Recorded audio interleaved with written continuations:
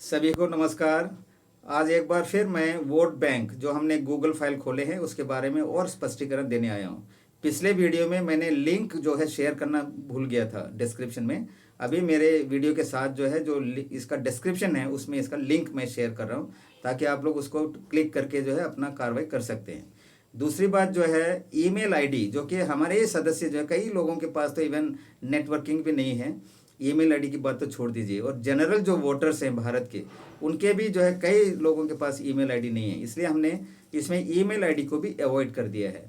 यदि आपके पास मोबाइल है, नेट कनेक्शन है, तो आप इसमें शामिल हो सकते हैं वोट बैंक में। और जैसे कि एक आदमी, जैसे आप परिवार के हैं, पहले आप लिस्ट तैयार कीजिए, माताजी, पिताजी, बच्चे, उनके भाई बहन जो भी है, 100 150 जो भी होता है, उनका जो है आप अपने मोबाइल से इसमें एंट्री कर सकते हैं। एक परिवार, एक फैमिली, जो दोस्त हैं या अलग वोटर्स हैं, उनको आप बताइए कि ये तरीका है, आप अपने मोबाइल से कर दीजिए। अगर उनके पास नेट की कमी है तो आप अपने मोबाइल से, जब मोबाइल नंबर का आता है, पहले नाम लिखिए उनका, डिस्ट्रिक्ट लिखिए, स्टेट लिखिए, प्रेजेंट लोकेशन कहाँ पे है वो लिखिए, मोबाइल नंबर अगर उनका नहीं है तो आप अपना मोबाइल नंबर लिखिए और रिमार्क लिख के आप उसको सबमिट कर सकते हैं। तो दूसरी बात, मुझे एक सर्विस पर्सन का एक आया था रिमार्क कि मैं भरने से सीओ साहब मुझे गाली मतलब सज़ा तो नहीं देगा। तो समझना चाहिए आप सबको, ये वोटिंग का अधिकार सभी को है, हम डेमोक्रेटिक कंट्री में रहते हैं। और जहाँ तक ड्यूल कंट्रोल का संबंध है, जो सर्विंग पर्सन है उनको ज़्यादा इफेक्ट हो रहा है। देखिए, क्योंकि अभी हाल ही में देखो आप लोग, पंजाब और हरियाणा हाई कोर्ट में गए थे ऑफिसर लोग, जवान लोग, जो सेना मेडल दिया गया उनको, जो गैलेंट्री अवार्ड है, लेकिन उनको हरियाणा गवर्नमेंट जो है कम पैसा दे रहा है, 50,000 में टरका दे रहा है, बोलता है कि आप एमएचए में हैं। तो ड्यूल कंट्रोल जो है, आप लोग को काफ़ी दिक्कत हो रहा है। जो सर्विंग पर्सन बढ़ चढ़ के शामिल होना है, इसमें कोई गलत नहीं है। अगर सीओ को ही पूछना है तो फिर आपको हर चीज़ के लिए सीओ को पूछना पड़ेगा। जब बाथरूम में जाना है उनको पूछो, रोटी खाना है सीओ को पूछो। एनलाइटनमेंट आने की ज़रूरत है आप लोग में। इतने कमजोरी, कायरता जो है मत से बात मत करो। आप लोग जब गुलाम नहीं है किसी का, ठीक है ना, ये वो चला गया है, बिल्कुल जवान है, आपका हक क्या बनता है, जो हम लोग आगे बढ़ के जो कार्रवाई कर रहा है। छोटा सा एक वोट बैंक बनाया है, डेमोक्रेटिक कंट्री है हम लोग भारत।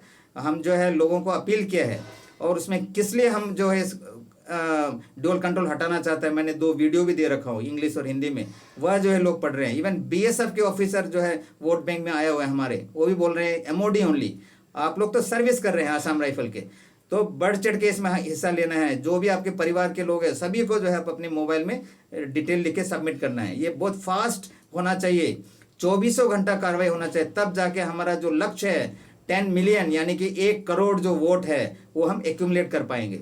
और आप सबको पता होना चाहिए कि ये जो एक्चुअल में हमारा भी काम नहीं है, और जो डायरेक्टर जनरल जो बन के बैठे हैं यहाँ पे, उनको पता होना चाहिए कि क्या हमने इनको वेलफेयर देना है। अभी एक सिनेमा भी आ रखा है असम राइफल के बारे में, 29-30 मिनट का, वहाँ भी हर चीज़ जो है आर्मी के बारे में बताया गया, आर्मी की तरह है। तो फिर पुलिस क्यों, एओबी रूल में हमें पुलिस करके किस लिए लिख रखा है? क्या गलत नहीं है? क्या ये उनका फर्ज नहीं बनता है सरकार को बताने के लिए, और उसको त्रुटि को जो है खरा निकाल के जो है सही जो पोजीशन है असम राइफल का दिलाने में? तो मुझे शर्म से ये भी बोलना पड़ता है कि हमारे जो डीजीआर से सचदेव लेफ्टिनेंट जनरल, 2016 में मैं और मेरे पैटर्न इन चीफ शिलोंग में जाके डीजीआर ऑफिस में उनको बताया था ये प्रॉब्लम के बारे में।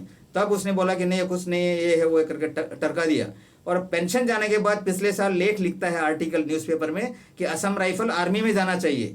तब तो आंख नहीं खुला जब सर्विस कर रहा था। ब्रिगेडियर लेख राज पुआर का मैं 100 बार नाम लूंगा। जम्मू कश्मीर मिलिशिया जो 1948 का था, देखिए उन्होंने खुद अपना रिकमेंड करके जो है उस फौज को जो अभी जैकलाई के नाम से जाना जाता है, वो आर्मी का एक हिस्सा है। क्या हमारे डीजीआर में क्या इतना बल नहीं है? क्या वो सच्चाई को समझ नहीं सकता है? तो वो बाद में जाकर पछताएगा। मैं बोल रहा हूँ उनका ड्यूटी था ये, तब ना एसोसिएशन की जरूरत थी, ना ही लोगों को कोर्ट में जाना पड़ता। एक मेडल में गैलेंट्री अवार्ड दे रखा है सरकार ने, उसका पैसा नहीं दे रहा है स्टेट गवर्नमेंट। यह जो है जवान का काम नहीं है जुडिशरी में जाना, ना कि हम एसोसिएशन का काम नहीं है जुडिशरी में जाना ड्यूल कंट्रोल के ऊपर केस फाइल करना। ये डीजीआर जो बन के बैठता है यहाँ पे, जो ऑफिसर है, उनका काम होना था, लेकिन नहीं कर रहे हैं, इसलिए हम जो है कार्रवाई कर रहे हैं। तो आप लोग सब बढ़ चढ़ के जो है वोट बैंक को 1 करोड़ का लक्ष्य तक पहुंचाना है। कोर्ट की कार्रवाई चल रहा है अलग से। तो यह जो है बात बहुत ज़रूरी है, ड्यूल कंट्रोल हटना।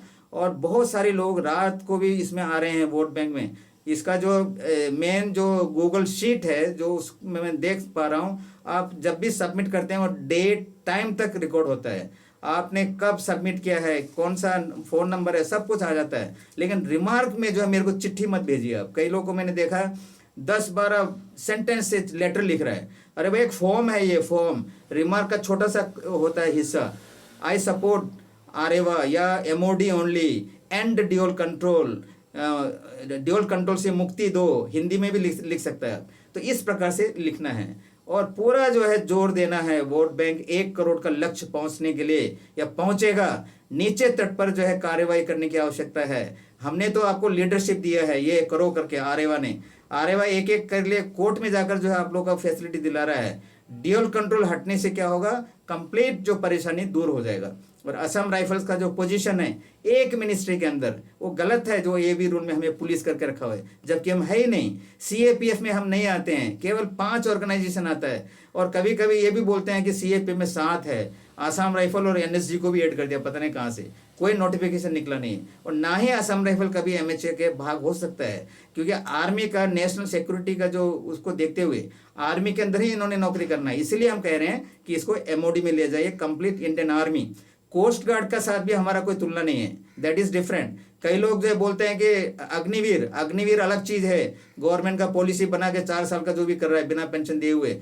कोई बोलता है कि क्या अग्निवीर तो हम नहीं बन जाएंगे, किस लिए? आप कम से कम थोड़ा सेंस रखो, दिमाग रखो। हम आर्मी में जाने से कैसे अग्निवीर बन जाता है? हमारे तो कितने 15, 20, 25 साल सर्विस किए हुए जवान लोग हैं। तो यह पूरा हटा दीजिए। हमारा लेजिटिमेट राइट है आर्मी के अंदर जाना है पूरा बेनिफिट लेने के लिए।